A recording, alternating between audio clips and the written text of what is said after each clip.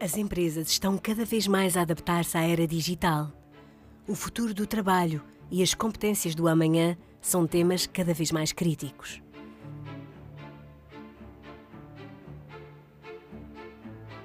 A liderança é motor da transformação organizacional. Ter uma cultura de aprendizagem sofisticada, com o suporte da liderança e de bons recursos, é crucial para as empresas. A aposta na formação dos colaboradores deve ser vista como uma vantagem competitiva através da atração e retenção de talento. A indústria 4.0 alarga a necessidade de trabalhadores especializados, mas com 5G, a realidade estendida também facilita a formação 85% mais rápida. Nós, faz o que ninguém fez.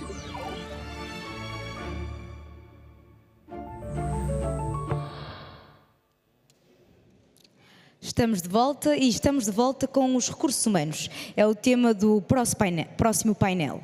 Os recursos humanos são o maior ativo de uma empresa. Para debater o tema de novas competências e talento, chamamos ao palco Isabel Borgas, diretora de Pessoas e Organização da NOS, Marta Dias, diretora de Recursos Humanos do INEGI, Tiago Borges, Career Business Leader da Mercer e, por fim, Tiago Godinho, Head of Digital Experience Lab da Nova School Business Economics. Para eles, uma salva de palmas. Obrigado.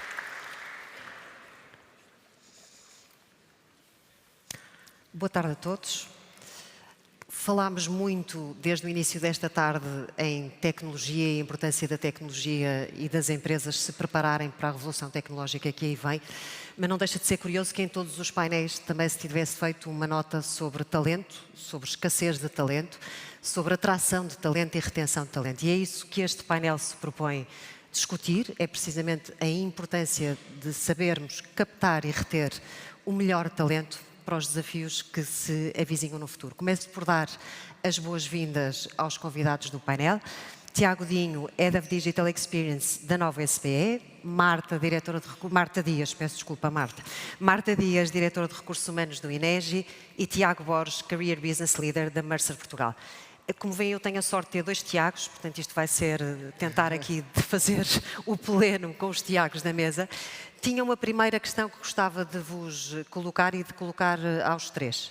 Na realidade, nós temos hoje, talvez desde sempre, a população mais literada que alguma vez tivemos. Mas discutimos em profundidade escassez de competências e a necessidade de desenvolver novas competências para os desafios futuros. A primeira questão que gostaria de colocar, Tiago, e se calhar começava por si, perante esta escassez de recursos qualificados e a exigência de novas competências, há a necessidade de requalificação. E lá vamos nós ao upskill e ao reskill. E gostava de saber qual é a estratégia que cada um de vocês, enquanto representantes da organização que representam, e passo o pleonasmo, qual é a qualificação necessária e o desafio que nesta matéria se coloca às empresas hoje em dia? Boa tarde, Isabel, e obrigado desde já a nós pelo convite e também dar os parabéns também a nós pela relevância desta iniciativa, que eu penso que não poderia vir num contexto mais oportuno por variedíssimos motivos. A pergunta que colocou é multidimensional e tem aqui alguns ângulos interessantes de análise. Em primeiro lugar, a dicotomia, não é, quase o paradoxo entre a geração mais qualificada e faltam-nos competências. Isto remete-nos para o jargão do reskill e do upskill, que todos nós ouvimos já há vários anos no léxico dos RH, mas que ganha, de facto, um contexto e uma relevância praticamente nos últimos 2, 3 anos, absolutamente fundamental. E eu acho que é fácil de perceber porquê, não é? Ou seja, num contexto de pandemia, onde os próprios modelos de trabalho foram completamente repensados, o próprio local de trabalho foi repensado, seja ele numa perspectiva de indústria ou de serviços. Obviamente o local de trabalho é hoje uma coisa diferente e que está a ser efetivamente repensada. Depois também, obviamente, questões conjunturais, mas que não deixam de ter aqui impacto, como o contexto geopolítico, que traz, obviamente, aqui uma aceleração, por exemplo, dos temas da transição energética, os temas da cibersegurança. Logo aqui, cibersegurança, um alerta para todas as empresas que eu penso que estão aqui. Será que temos os skills e as competências necessárias? E depois também se junta aqui há alguns fatores que são, se calhar, mais estruturais, as alterações climáticas, o surgimento, obviamente, da automação e surgimento, entre aspas, o aprofundamento da automação e da inteligência artificial, que já está e vai desromper praticamente todas as funções e as áreas de atividade.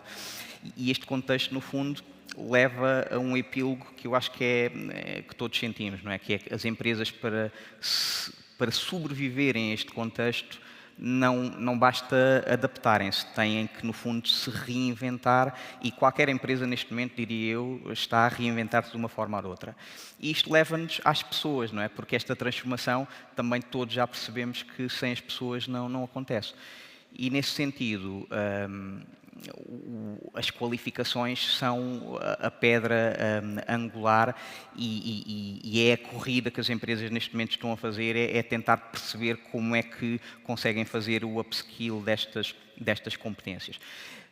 Agora, obviamente que também, este momento obviamente é quase único na nossa história, mas houve outros momentos em que as empresas precisaram de fazer aqui processos de transformação. E se calhar há 20 anos atrás as coisas poderiam ser um bocadinho mais simples de resolver, ou seja, as empresas poderiam fazer processos de reestruturação, despedir, depois adquirir também novo talento e estar neste ciclo. Isto também é algo que tem vindo a ser questionado em face das preocupações de sustentabilidade, e a sigla que todos nós conhecemos do ESG, o S tem a ver com o componente social. Eu acho que os mais diversos stakeholders hoje em dia também têm alguma dificuldade em pensar na requalificação através deste sistema de não serve, vai para fora, vamos contratar outras pessoas. Por isso, o reskilling e a estratégia de reskilling e upskilling é fundamental por tudo isto, por uma lógica de negócio, também por uma lógica de responsabilidade social. E só mesmo para terminar, a estratégia que as empresas devem, na nossa perspectiva, ter para este movimento de upgrade das competências é obviamente multidimensional, mas para mim tem pelo menos 3 dimensões. Uma pode parecer básica, mas é nós percebermos quais é que são as competências que precisamos para o nosso negócio e para a transformação. Pode parecer linear, mas nem sempre é assim. Depois há um tema que tem a ver com as organizações começarem, e muitas delas já tiveram neste processo, de reorganizarem os seus processos com base nos skills e não nas pessoas ou nas funções. E nós podemos pensar nos modelos de carreiras, na própria política de remuneração, nos caminhos de percurso, nos percursos profissionais. As empresas ainda têm dificuldade de pensar nestes processos numa lógica de skills, e esta transformação é de facto fundamental.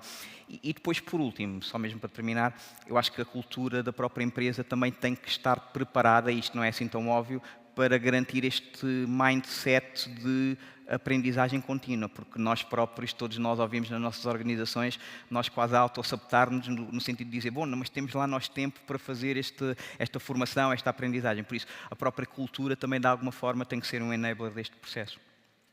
Marta. Não sei se tem alguma coisa para acrescentar. Eu diria que se calhar não. Então, Certamente que sim. Muito obrigada. É sempre um gosto voltar a nós e, portanto, obrigada, seja em que papel for, é sempre um grande gosto. E muitos parabéns pela iniciativa e por colocarmos a indústria no centro e no foco das nossas atenções. A indústria que precisa de ser bem cuidada e melhor tratada por todos nós, não é? Então, relativamente ao tema do reskill e do upskill, e se eu posso acrescentar alguma coisa ao que o Tiago já respondeu, de facto, eu acho que o maior desafio é, ainda antes disso, perceber que competências é que nós vamos precisar no futuro. É muito difícil hoje em dia para qualquer organização, seja ela mais ou menos sofisticada, estando ela em que setor for, fazer um workforce planning sério, perceber o que é que eu quero para a minha força de trabalho no médio, então no longo prazo acho que já ninguém sequer tenta. E portanto é muito difícil nós pensarmos que reskill é que eu preciso de fazer e vamos-lo fazendo a cada momento. Portanto, vamos-lo fazendo numa lógica de curto prazo.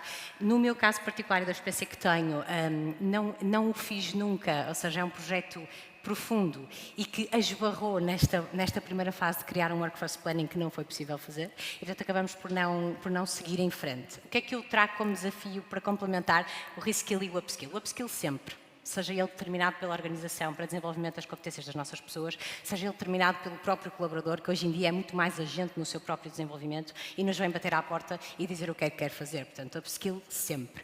E depois há eu diria que um terceiro grande desafio para melhorar aqui este antagonismo entre, de facto, termos as pessoas mais qualificadas de sempre e uma escassez de mão de obra muito grande em algumas áreas.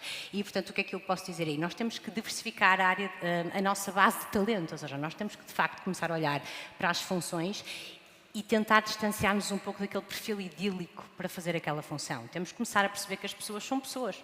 Aliás, se há coisa que a tecnologia e o 5G traz é uma oportunidade brutal para sermos todos mais pessoas, menos robôs, menos automatizados. E, portanto, esta oportunidade de ser pessoas exige que as organizações olhem para as pessoas como pessoas. E, portanto, eu diria que diversificar esta base de talento, e aqui temos esta oportunidade da inclusão de perfis diferentes. Fala-se muito hoje em dia da inclusão de ex-reclusos, de desempregados de longa duração, de reformados até que querem voltar à vida ativa. Portanto, claramente eu acho que nós temos que olhar mais para este tipo de ecossistemas e trazer essas pessoas para nós. Portanto, no fundo eu complementaria com este tema da diversificação da base de talento, que eu acho que é uma das formas de responder ao desafio. Obrigada. Tiago. Bom, se foi difícil para a Marta complementar o Tiago, para o outro Tiago ainda vai ser mais difícil. Começar por dizer boa tarde a todos, agradecer também o convite para estar aqui presente. Talvez sublinhar só aqui um aspecto, que é a nova SBE acredita também que a formação não deve ser encarada como um momento pontual na carreira das pessoas. Deve ser encarada assim como uma jornada contínua que vai acompanhando a carreira e onde isto que vinhamos a falar, o reskilling, o upskilling, vai acontecendo à medida daquilo que é o contexto. E o contexto, como sabemos, hoje em dia muda muito rapidamente. E aquilo que tenho a acrescentar dentro deste enquadramento é só isto, que é, julgo que uma jornada contínua de formação, este lifelong learning, deve contemplar sempre duas dimensões muito importantes. A primeira é a da personalização, porque aquilo que nós temos visto é que as abordagens one size fits all cada vez funcionam menos do ponto de vista da formação. A maneira como eu aprendo, aquilo que me desafia e o melhor processo para eu apreender conhecimento pode não ser necessariamente o mesmo para a pessoa que se senta ao meu lado. E, portanto, numa era de dados, e isto é válido para a maior parte das indústrias e para a educação também, numa era de dados, podemos usar os dados para fazer jornadas de formação cada vez mais personalizadas à pessoa. E depois um outro aspecto que nos parece também bastante importante para este lifelong learning é o do bem-estar. Ou seja, se nos propomos a fazer uma jornada formativa contínua, então a pessoa deve poder ser feliz com aquilo que tem pela frente, com aquilo que quer aprender e para onde quer orientar a sua carreira. E, portanto, aspectos como o desenvolvimento pessoal, como o autoconhecimento, devem estar contemplados nestas jornadas de formação, no nosso entender. O que é que as empresas têm a ganhar com isto? Parece-nos a nós que ter talento mais motivado e mais capaz de se adaptar ajuda naturalmente as empresas também a saber adaptar-se melhor a um contexto que está em permanente efervescência, como todos sabemos. Muito obrigada, Tiago. Já vamos voltar ao tema do one size doesn't fit all e à necessidade da personalização, mas eu gostava de voltar um bocadinho atrás, Marta, e pegar precisamente no ponto que tu focaste da diversificação da base de talento. Não é um desafio maior ainda para as organizações industriais que competem, teoricamente, com empresas mais atrativas na captação de talento? Como é que é possível trabalhar a proposta de valores e usar a tecnologia como uma alavanca nesse posicionamento, nesse employer branding? Eu acho que, na verdade, é a única forma. Ou seja, a tecnologia finalmente pode ser um enabler incrível para que a indústria faça o caminho que tem para fazer naquilo que diz respeito à atração de talento. Isto porque eu lembro-me de mim, como estudante, e quando saí da Faculdade de Psicologia, né, a querer fazer e mudar o mundo, né, continuo a querer, por acaso essa parte não mudou assim tanto, eu pensei logo nos serviços. Nunca pensei na indústria. Porquê? Porque eu achava que a indústria não tinha práticas de recursos humanos suficientemente sofisticadas, que eu não ia aprender que chegasse. Era isto que eu sentia. E, infelizmente, essa imagem que eu tinha não mudou assim tanto ao longo do tempo. Eu acho que, infelizmente, há muita gente que pensa isto da indústria. E acho que não vale a pena fazer de conta que é uma outra coisa. Estou-vos a dar a minha opinião pessoal, porque estando perante uma plateia tão ilustre, eu creio que é a minha oportunidade de dizer isto. Portanto, acho que a tecnologia e o 5G podem, de facto, ser o enabler para mudar isto. Porquê? Porque vai trazer fluidez nos processos, porque vai permitir uma forma de comunicar muito mais simples, que, na verdade, sempre foi a grande diferença entre os serviços e a indústria, naquilo que diz respeito às práticas de recursos humanos. Portanto, eu diria que há aqui 3 pilares que a tecnologia, podendo alavancar, e que pode alavancar e que a indústria deve repensar. Primeiro, então, este posicionamento enquanto employer brand. Portanto, eu acho que todas as empresas na indústria e também nos serviços, mas falando da indústria especificamente, devem avaliar o posicionamento que têm para as várias, enfim, para os vários targets de talento que têm, o talento mais jovem, os profissionais e depois também os executivos. Portanto, pensar um bocadinho como é que estas pessoas me veem enquanto empresa. E é preciso fazer uma mudança aqui grande e reposicionar a empresa nesse sentido. Como é que o podemos fazer? Diria eu, através de 2 coisas muito importantes e que têm muito a ver com a cultura, e que o Tiago há bocadinho falou. Eu diria que é, primeiro, pensar o meu departamento de recursos humanos. Os departamentos de recursos humanos dentro da indústria têm que ser repensados e reposicionados. Enquanto não entendermos que as pessoas são importantes e que o departamento que gera as práticas de apoio aos líderes da organização, enquanto nós não posicionarmos esta área como importante, dificilmente nós vamos conseguir que o mercado acredite em nós e que, de facto, as pessoas estão no centro e não os processos, e não a eficiência, e não a qualidade. E, portanto, eu acho que é um caminho que temos mesmo de fazer, que a indústria tem de fazer, em termos daquilo que é o papel dos recursos humanos. E que, felizmente, o que eu sinto é que está a fazer. E, portanto, esta é a boa notícia. E o terceiro pilar, o mais importante de todos, que é a liderança. Nada se faz sem bons líderes, nos serviços e na indústria. Mas na indústria em particular, criar uma cultura de proximidade, criar lideranças positivas, otimistas, inspiradoras. Isto pode parecer assim um pouco, enfim, idílico, mas é aquilo que eu acredito que é o caminho que há por fazer. E é um caminho que é só preciso uma coisa para fazê-lo, que é começar.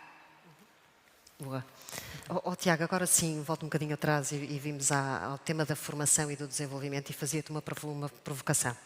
O Diogo, no painel anterior, dava nota de que, bom, é preciso fazer pressão para que os fornecedores, quando nos colocam a tecnologia ao serviço das equipas e dos trabalhadores, também assegurem toda a capacitação dessa mesma força de trabalho. Ora, bom, isto quase que é dizer que está em risco o futuro da academia, porque é o mesmo que dizer que junto com a máquina vem a formação e que todo este processo de upskill da nossa força de trabalho deixa de ter que contar necessariamente com a academia.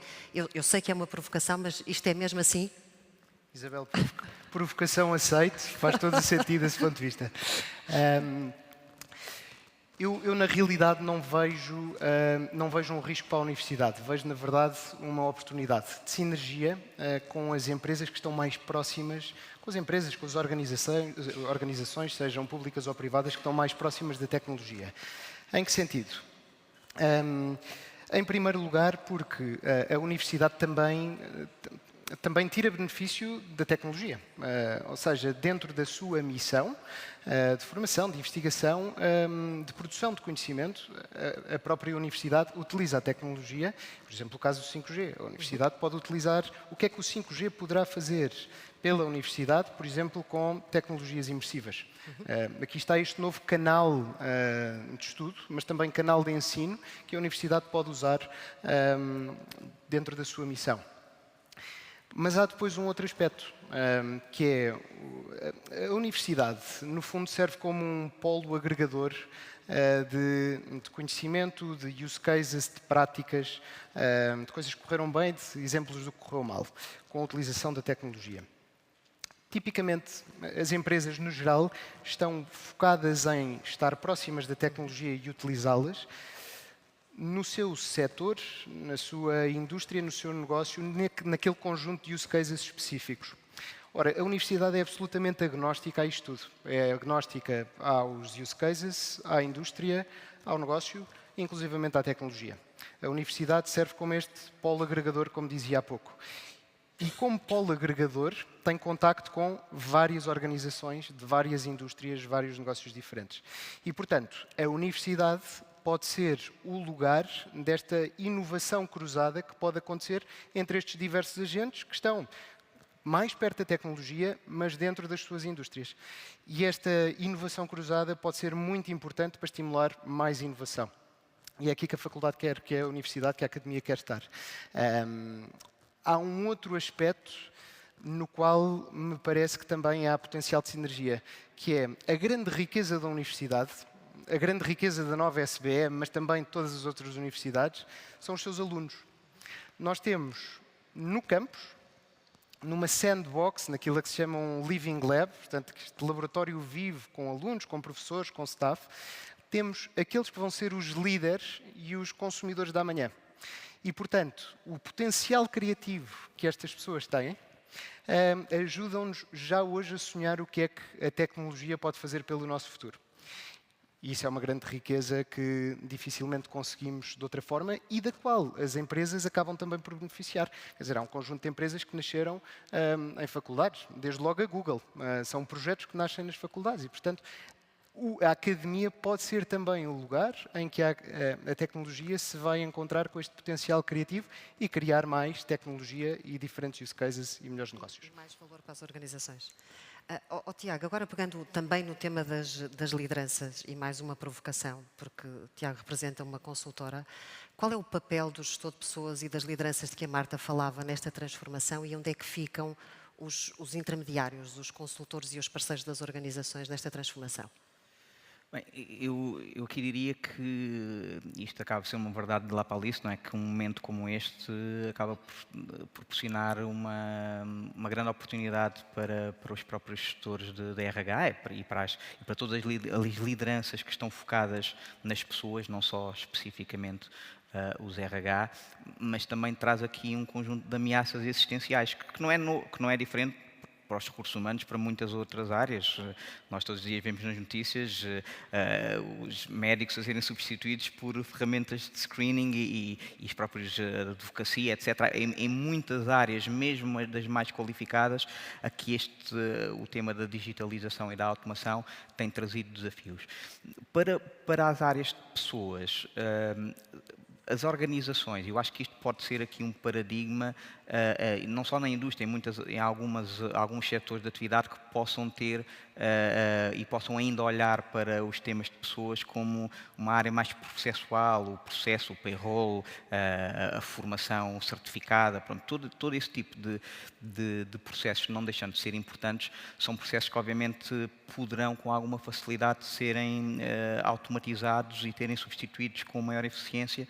Eu acho que não é do domínio da ficção científica a falarmos, na Mercer nós já temos, foi implementado este ano.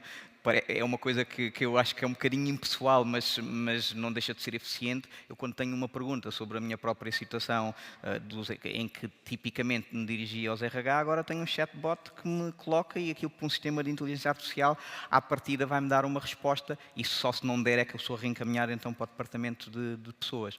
Por isso, nesta perspectiva, os sistemas integrados de gestão de RH quase que têm, no fundo, neste momento, sistemas em que permitem que os próprios colaboradores possam apostar na sua formação e desenvolvimento quase numa ótica de self-service, não é? Ou seja, dar também este empowerment aos próprios colaboradores, o que pode esvaziar de alguma forma a função RH.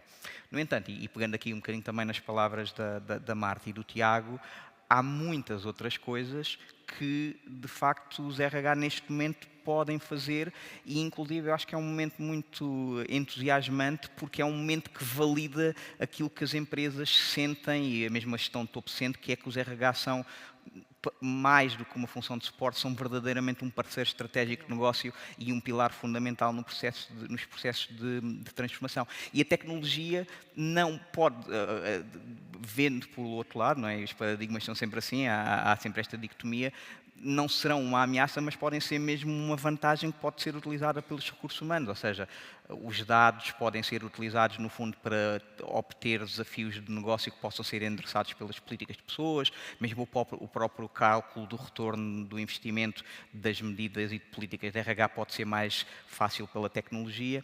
Pronto, e nesse sentido, eu acho que este momento é um bocadinho paradigmático e que é entusiasmante, mas tem muito a ver com o prisma com que as empresas, e isto parte obviamente não só da gestão de RH, mas principalmente da gestão de topo, como é que vêm os RH e de tomarem consciência que os objetivos das organizações, independentemente dos setores, ser indústria ou não, mas são muito, não digo exclusivamente, mas fundamentalmente objetivos através do alavancar, no fundo, do potencial e do libertar do potencial das pessoas, não é? Oh, Marta, eu ia pegar exatamente neste tema de qual é o papel, porque tu tens a experiência toda precisamente como diretora de recursos humanos, qual é o papel que hoje em dia, nesta convulsão de mudança, robotização, automatização, qual é o papel que de facto as direções de recursos humanos têm dentro das organizações e o que é preciso fazer-se de concreto para que esse papel seja efetivamente relevante para o negócio? Eu acho que há aqui um reposicionamento que é necessário, tanto do lado da gestão das empresas, como do lado dos próprios recursos humanos ou de gestão de pessoas, que era o que eu ia chamar, mas enfim, é indiferente. Que é o quê? Do nosso lado de recursos humanos, nós temos que entender que nós só existimos para servir os negócios. E, portanto, temos que os entender. E isso é uma coisa muito importante. Temos que deixar de ser aquelas pessoas que fazem recrutamento para uma coisa porque alguém manda um perfil. Não, não é isso. Nós temos que entender o negócio. Porquê é assim? Será que é mesmo preciso pessoas?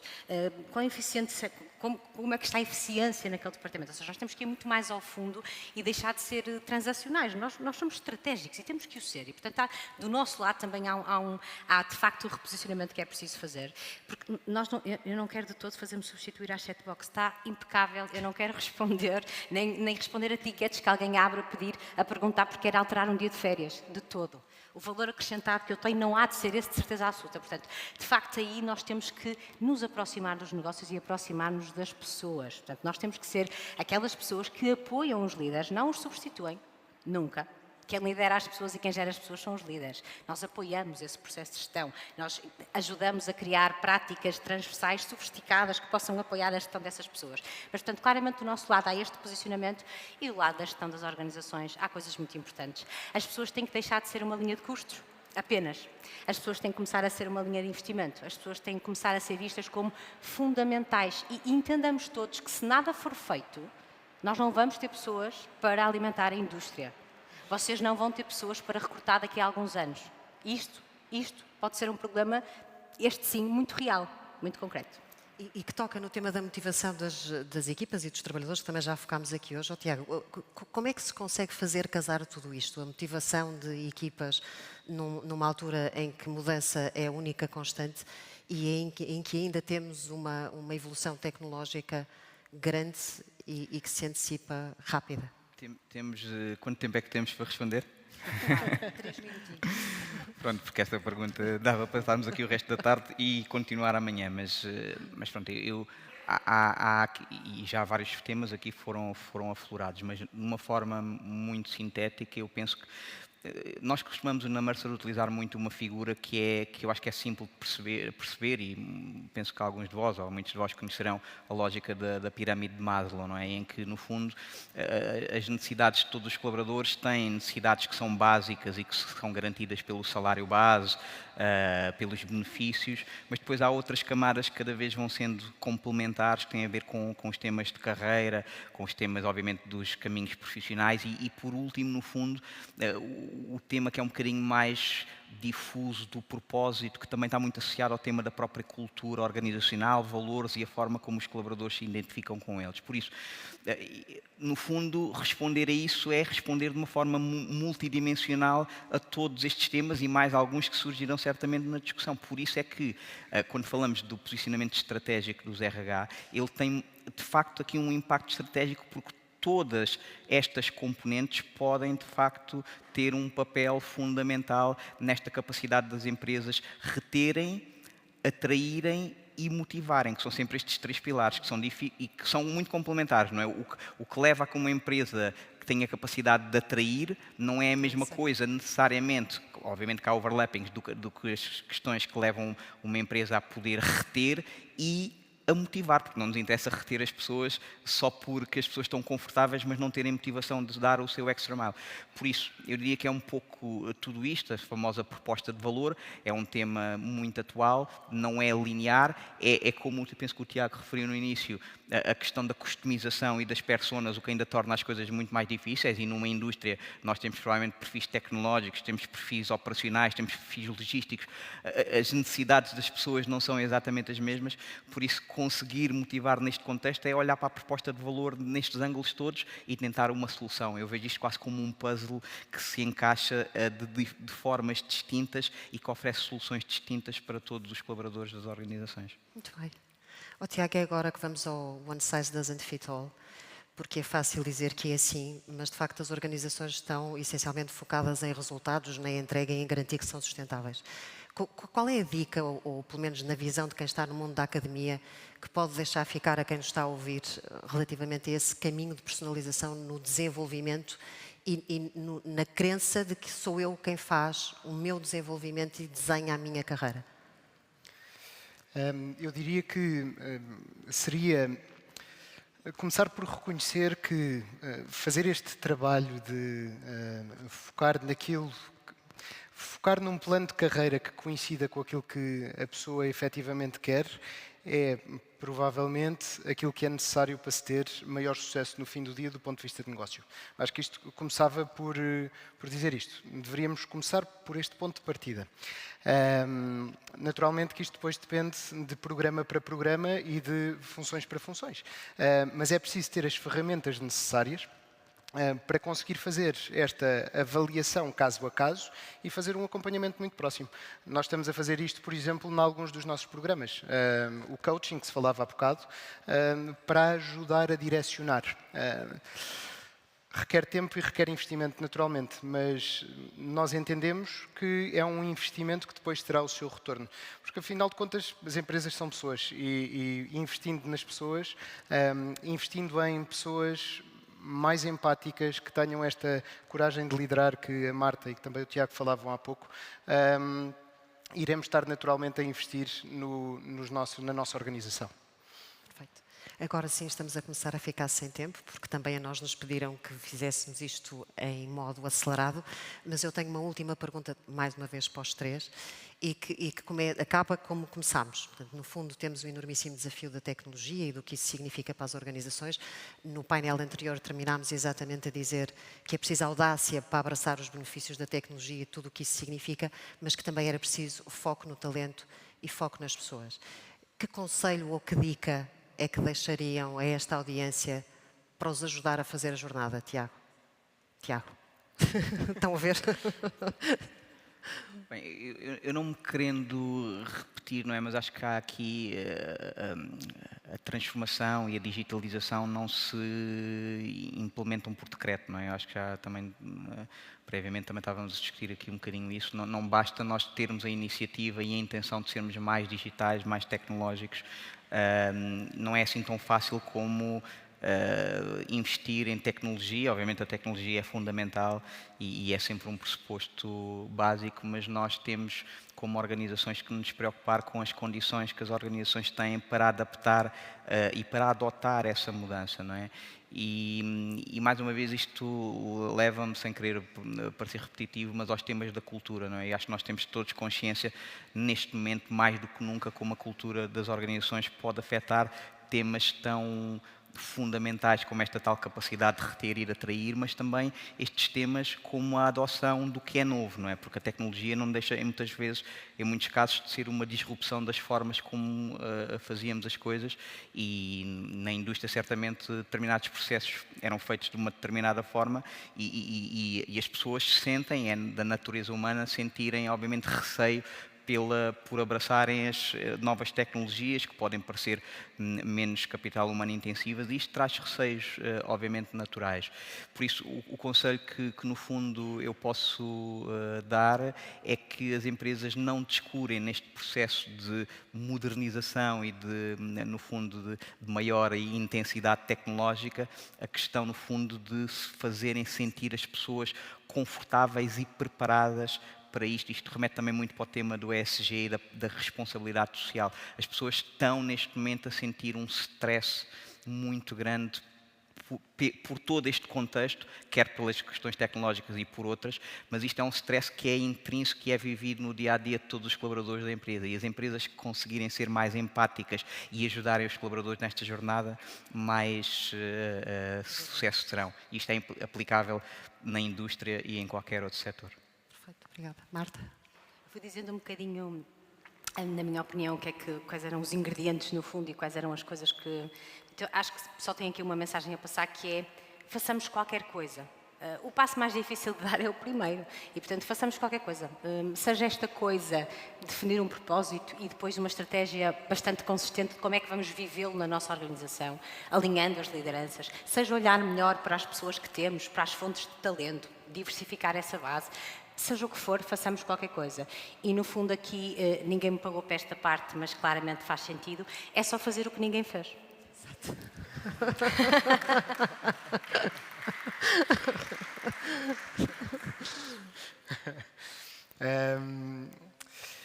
Sim, bem, julgo que neste momento devo só apenas sublinhar aquilo que o Tiago e a Marta já disseram. As pessoas vão ser os agentes desta transformação e, portanto, devemos poder contar com as pessoas. E para isso eu julgo que é preciso fazer duas coisas. Isto de comunicar muito bem e tentar mostrar que a tecnologia pode ter riscos, mas também tem oportunidades para cada um.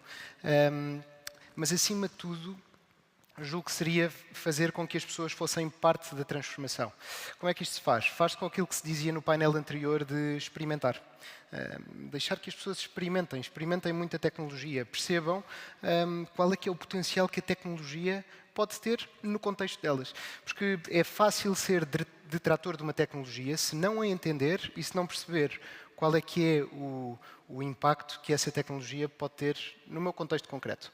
Quando nós ajudamos as pessoas a entender o que é que a tecnologia é, e não precisamos de ir a um nível de zeros e uns, ou do parafuso, mas quando ajudamos as pessoas a desenvolver esta literacia em torno da tecnologia, estamos a capacitá-las para elas próprias sonharem o que é que essa tecnologia pode significar no seu contexto. E, portanto, era esta a sugestão que deixaria. Deixemos as pessoas experimentar a tecnologia e ser elas próprias a criar o futuro que a nossa organização pode ter. Olha, eu só queria agradecer aos três, o tempo passou a voar, adorei estar no papel de poder conversar convosco um bocadinho. Espero que para vocês também tenha valido a pena e que pelo menos levem daqui 2 ou 3 dicas do que é que amanhã podem fazer diferente nas vossas organizações e até breve. Obrigada.